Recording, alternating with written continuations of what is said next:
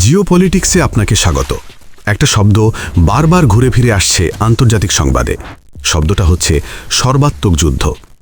Iran স্পষ্ট করে বলছে, আমাদের উপর যদি আমেরিকার পক্ষ থেকে সামান্যতম আক্রমণও হয়, সেটাকেই আমরা সর্বাত্মক যুদ্ধ হিসেবে নেব। কিন্তু প্রশ্ন হলো, ইরান হঠাৎ এতটা কড়া ভাষায় কথা বলছে কেন? এই হুমকির পেছনে আসল ঘটনা কি? আর এর মধ্যে ভারত কোথায় দাঁড়িয়ে আছে? চলুন পুরো ছবিটা ধীরে ধীরে খুলে দেখি। ট্রাম্পের একটি ভিডিও আর যুদ্ধের ছায়া।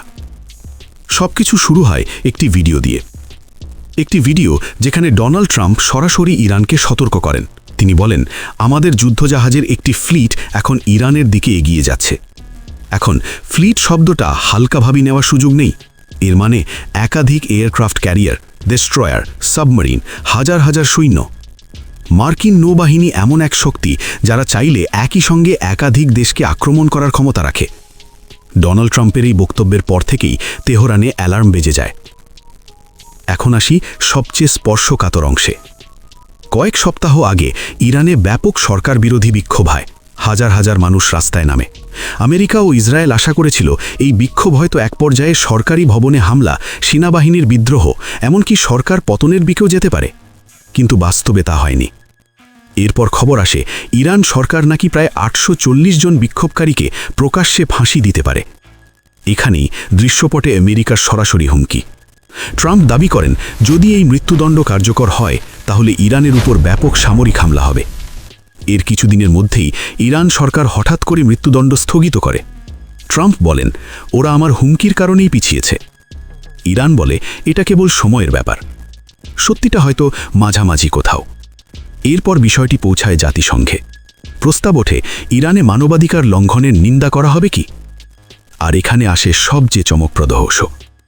ভারত এই প্রস্তাবের বিরুদ্ধে ভোট দেয়। শুধু ভারত নয়, চীনও না ভোট দেয়।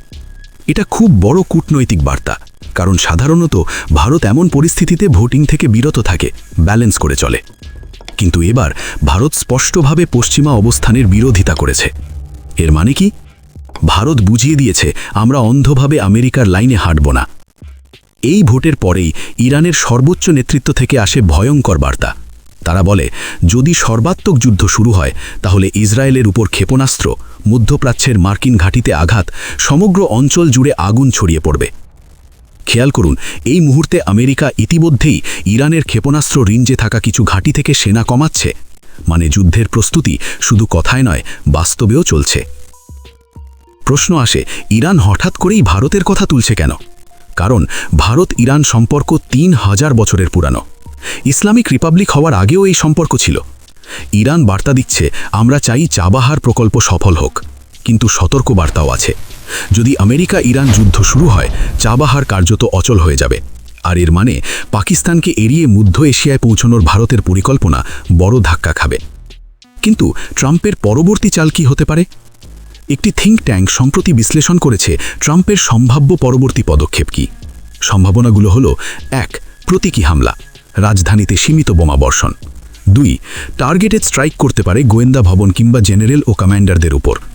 3. সাইবার যুদ্ধ, বিদ্যুৎ, ব্যাংকিং, যোগাযোগ ব্যবস্থা অচল করা। 4. অর্থনৈতিক আঘাত, তেল ডিপো, বন্দর, রপ্তানি অবকাঠামো ধ্বংস। আর সবচেয়ে বিপজ্জনক অপশন হলো সরাসরি নেতৃত্বকে টার্গেট করা। তাহলে যুদ্ধ কি আসন্ন? সোজা কথায় বললে, যুদ্ধের ঝুঁকি এখন বাস্তব, খুব বাস্তব।